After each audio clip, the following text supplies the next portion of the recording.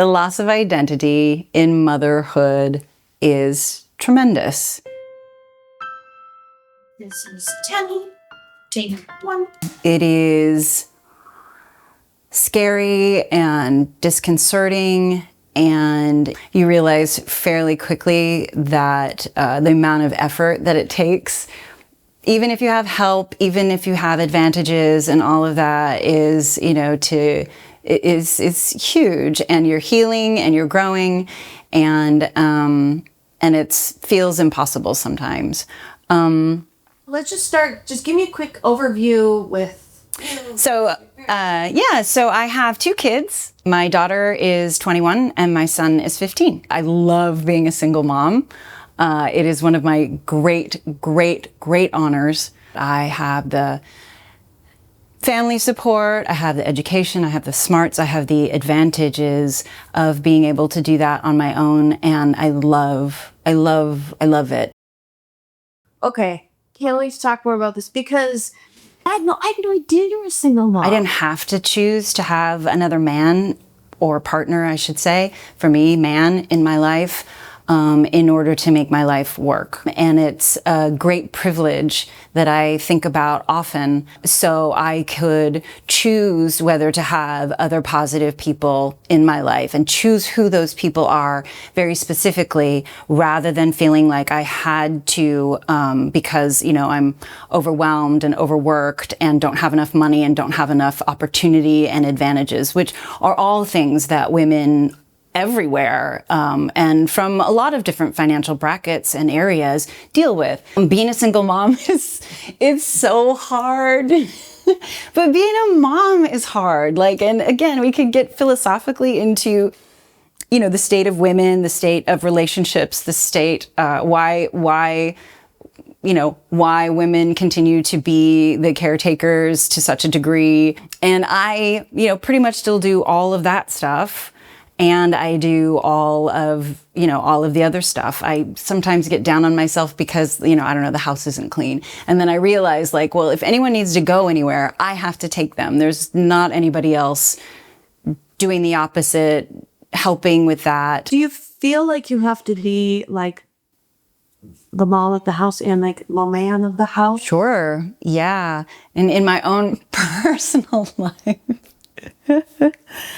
Oh my gosh. I try not to be the man in everything I do. That's been a really big lesson for me. I'm so, busy needing and trying to be the spectrum of things, and the spectrum of caring, and the spectrum of household and personality and career and all of that. Did you grow up wanting kids? Oh, so no. And this is the part that's sort of maybe interesting as far as the decisions that you're trying to make. No, I never grew up wanting kids. I never really saw that story, maybe, that I'll just say young women tell themselves. That I, need to go, that these are the signs of success, or these are the signs of a life well lived. And then when I turned 30, I definitely had that feeling in my, a physical pain, like an actual physical pain. And I listened to it. That was just that little egg that's like my daughter. It was in there, and she was like, I'm coming out in a few years. And I was like, okay. And I listened to her, and she whispered to me, and that's what happened. And it just makes me so happy. The decision to have children, that decision is the smallest part of the whole thing. I understand, and I do think sometimes about the world, and not just the political situation right now, but the planet and the political situation and all of that. And I think ooh, even, my kids are almost grown, and I think, ooh, did I do the wrong thing? But there's so much in your life that plays out in so many different ways. And I suppose if you're linear and you want it to be linear and you want it to be step by step and simple and what, the world tells you it's supposed to be, then you can. But there are so many ups and downs. There are so many changes. I never thought I'd lose my mom, when my daughter was 2, right? And I've lived like entire lifetimes between the time I was 35 and 45 that when you're thinking like, oh, I'm going to have a baby and then it's going to be like this and then we're going to do this and then I'm going to get the $2,000 buggy thing and we're going to, it's got to be like this and they're going to look so cute on Instagram. You start thinking about all of that. That's like, there are lifetimes of changes and things that don't always happen to everyone. Did happen to me, that you just can't predict. In the doctor's office on that first visit probably was about 2 months, maybe 2.5 months pregnant. And they were doing a little ultrasound and I said, "Is it dead?" And she was like, no, it doesn't, it doesn't look like it. It looks, like it's attached, perfectly healthy, whatever all of those things are. But I just think of that, of myself, and it wasn't like, is it dead? It was just like this sort of like cold, I'm ready for the news. Not only just not too invested in this pregnancy from that perspective, but just like, is it dead?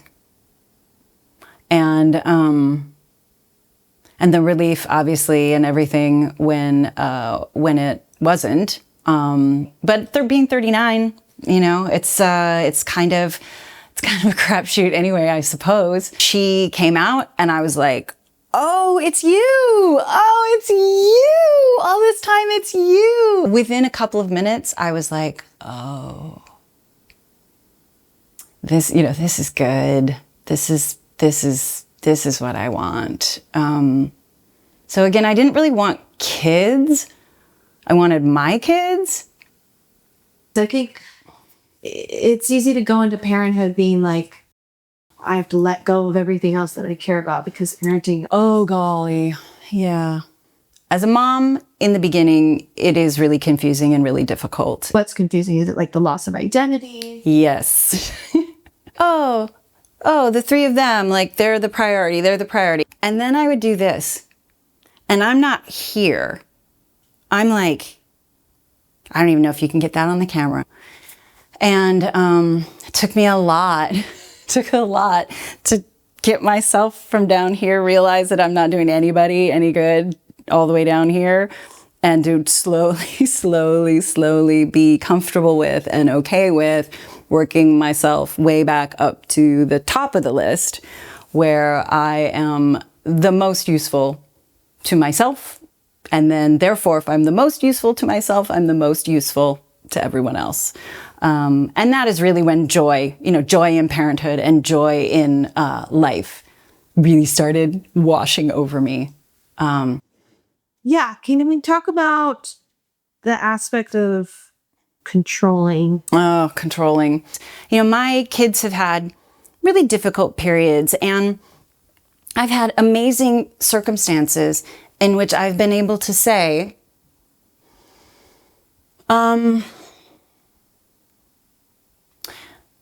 I hear you, and on a human level, I completely agree with what's going on with you. I support you.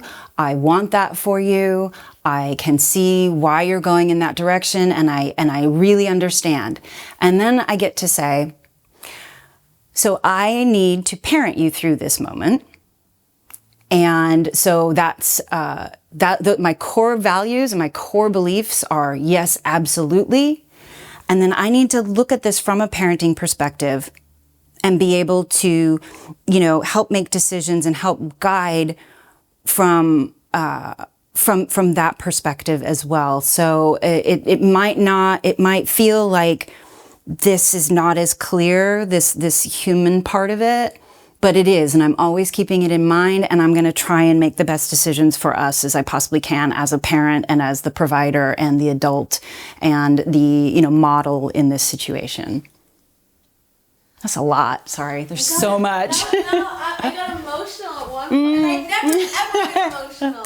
I don't either. That was amazing. I love that.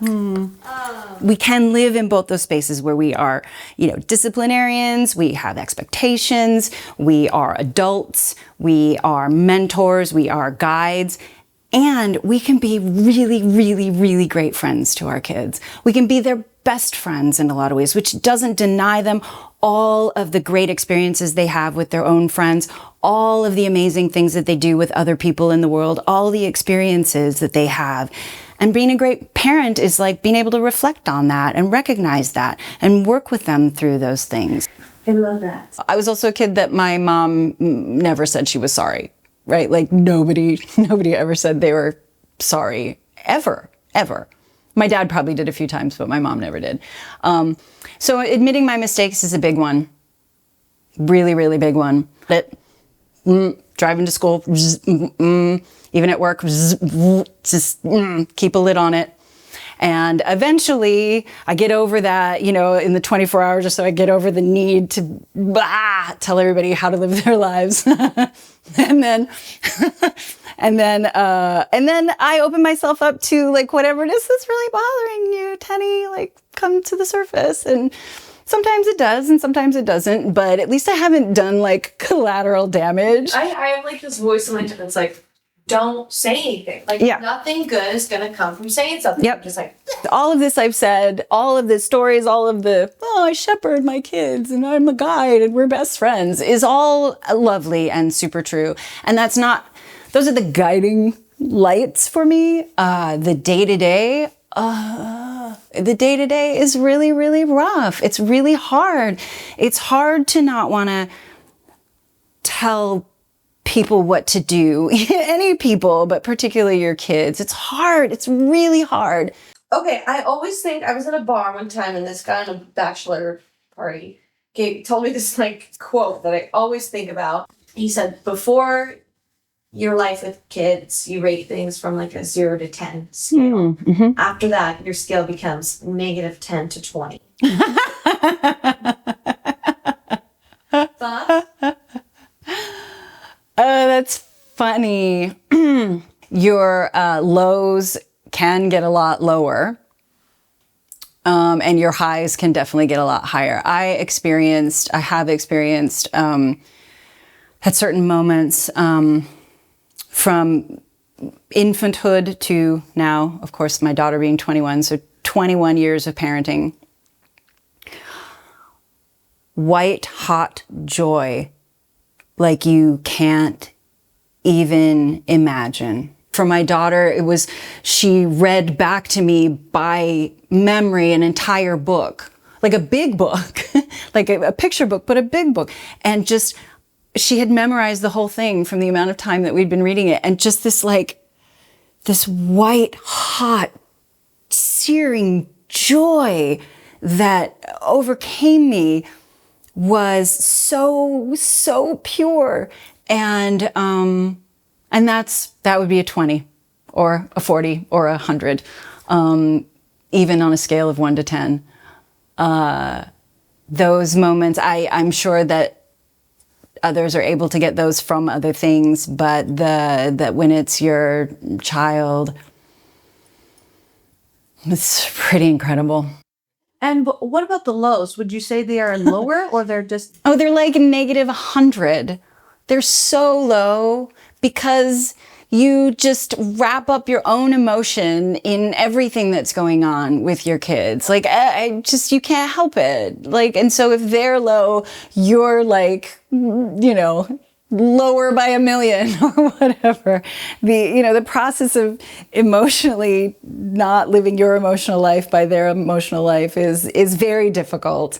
And it's one of those things that is really, you don't ever really fully separate yourself from. But yeah. Oh, and how are we gonna do this? How am I gonna get out of this? You're future tripping like crazy. Like, oh, they're never gonna be able to do this if they don't do this. And even on a day-to-day, even, without sort of extraneous circumstances, your ability to go -10 for sure is really easy. you get in all these mom groups after you have your kids. I happened to be in LA when my daughter was born. And so I was in this mom group, and all the moms were always like, and this is just all the moms were always like, I can't even remember what life was like before blah, blah, blah was born. And I was always like, I fucking can. It was great. Did whatever I wanted, like, didn't feel horrible, like, I was sleeping, was like, had a sense of freedom and identity, like, oh my God. To be able to have a career and do the work that I love and be around, a whole bunch of different talented, amazing people and getting to be a part of their lives, amazing. I love that. I love my team. I love the work environment that I have. Both of my children know how important working hard is and being out in the world and loving what you do is. So I think of that. It's a really big struggle. And sometimes I worry that I, give too much to my work environment. And when I get home, I'm just like, and I don't have much left to give. Cultivating a life outside of your parenthood or your momhood is always really important and has absolutely helped me maintain my sanity, and helped me just bring great things to my kids' lives. Even just my book club, right? Like book club every 6 weeks, like that's amazing. My advice to people considering having kids is, if you're at all thinking about it, the joy that comes from it is tenfold to what you're thinking it might even be. My advice to people considering having kids is, it's really rough. It's a lot. It is so a lot, but what you gain from it is a whole new lease on your own life. It's amazing. The hope that you gain and the joy that you gain from sharing a life with these other humans is so far beyond anything you can imagine. There is no story, there is no requirement, there is no consensus reality that absolutely says this is the only way to find joy. For me, it's sort of crept up on me and has been an extremely difficult and joyful experience. Finding joy in other people's children, finding joy in nature, finding joy. There's so much. If you have a heart that's ready and open to all different kinds of love and all different kinds of experience, then those things fill your heart and give you, tremendous life joy and tremendous happiness.